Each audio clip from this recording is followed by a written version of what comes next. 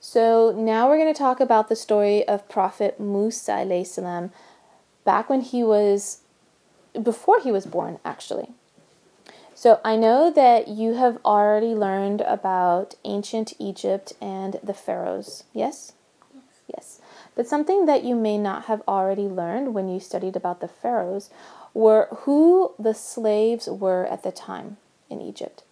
So we know that the slaves are the ones who built the pyramids and probably did a lot of the farming. Do you know who the slaves were? The people of the people that that were there, like the Egyptians.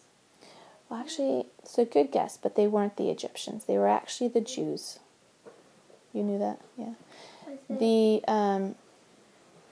The slaves were the Jews. Okay? And if you remember, the Jews were the 12 tribes of the Jews. And the Jews go all the way back to Prophet Yaqub, yes? And his 12 sons. Is that correct? And do you remember his youngest son? Yusuf. Prophet Yusuf, yeah. Many years later, the Jews had become slaves in Egypt. And at the time, the Pharaoh of Egypt, had a dream. The dream that he took his dream to one of the soothsayers, or... Not the cow dream. Not the cow dream, it was a different one. He took it to one of the religious people of the time to interpret the dream.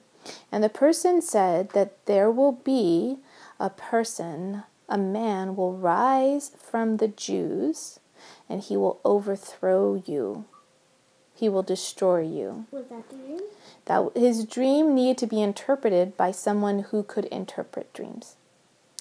So the Pharaoh took this dream seriously. He was alarmed by the dream, and he wanted to make sure that no one of the Jews would rise up and gain power and overthrow him. So he came up with a solution that every single baby boy born to the Jews, his slaves, would be killed. And that's horrifying.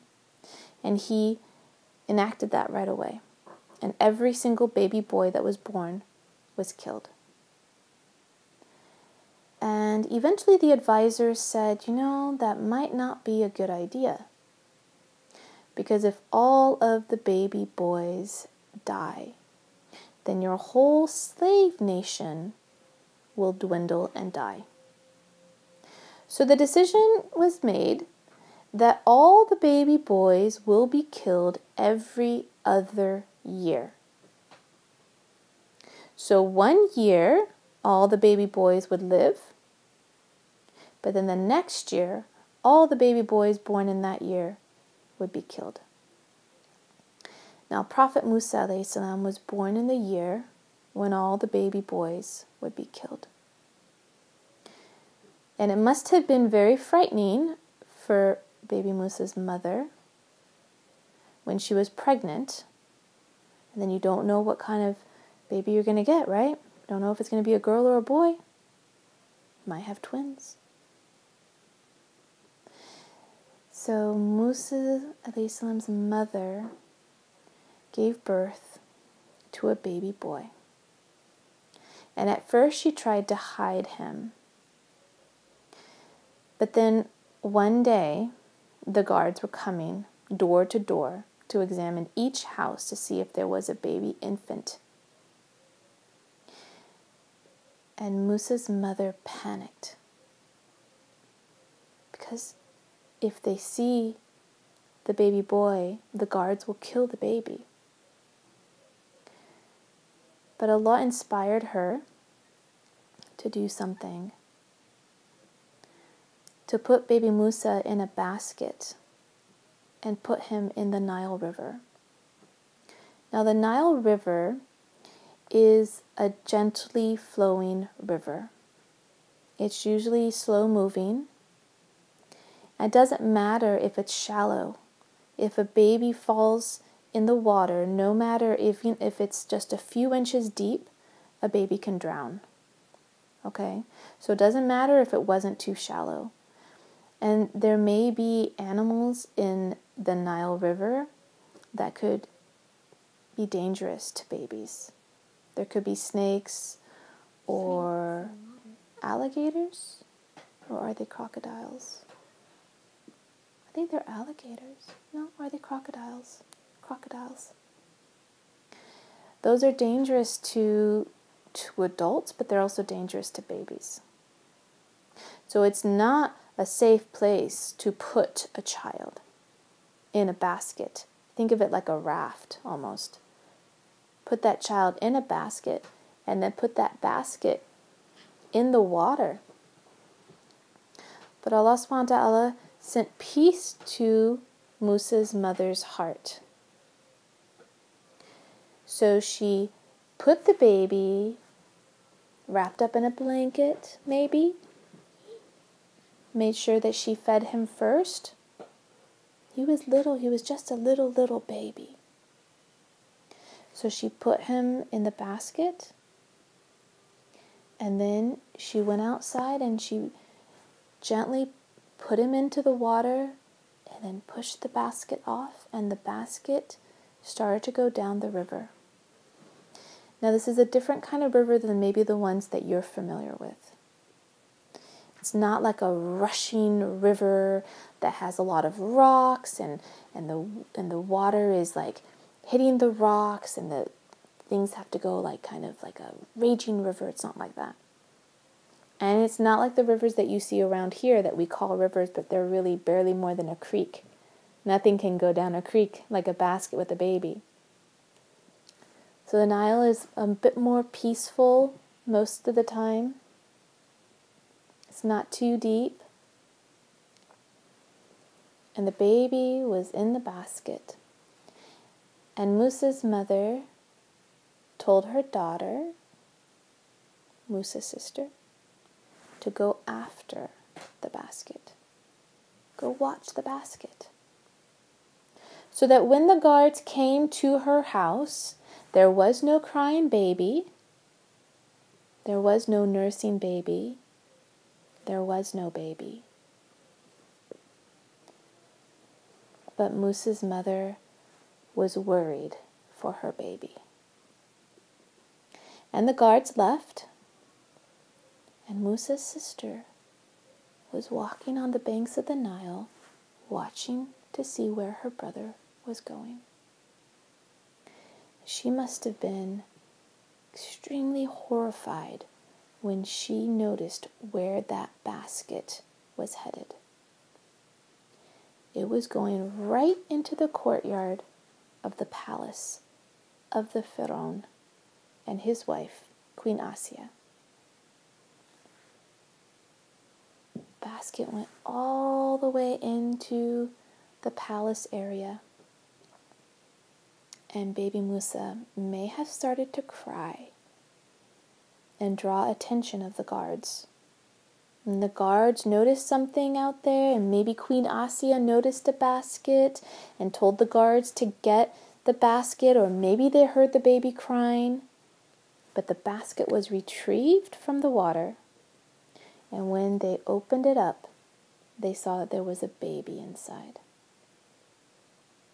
Now, Queen Asiya didn't have any children of her own, and we're not sure why.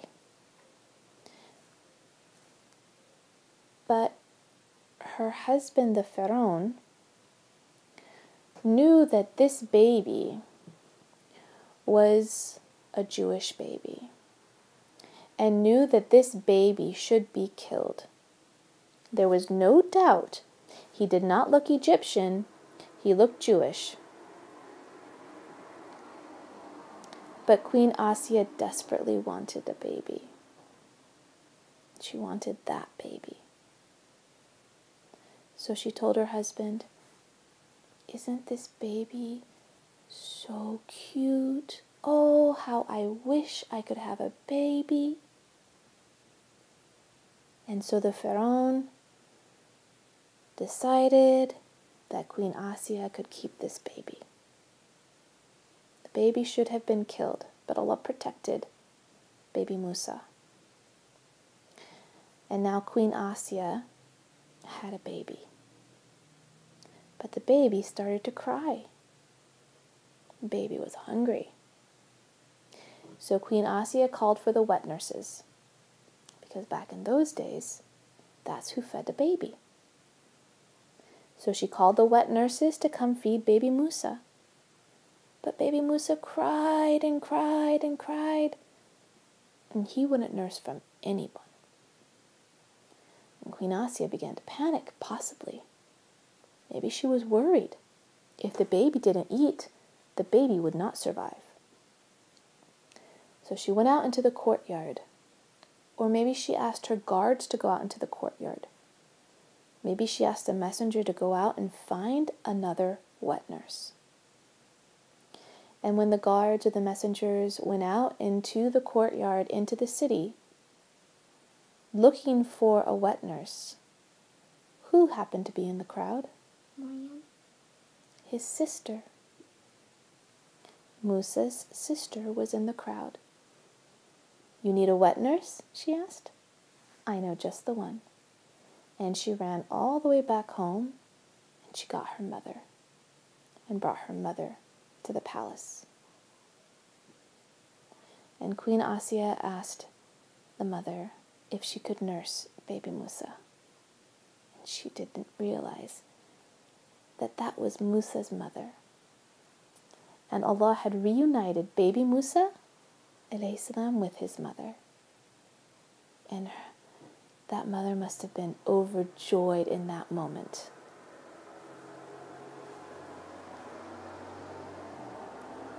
She had her baby, and she nursed her baby, and baby Musa was so happy.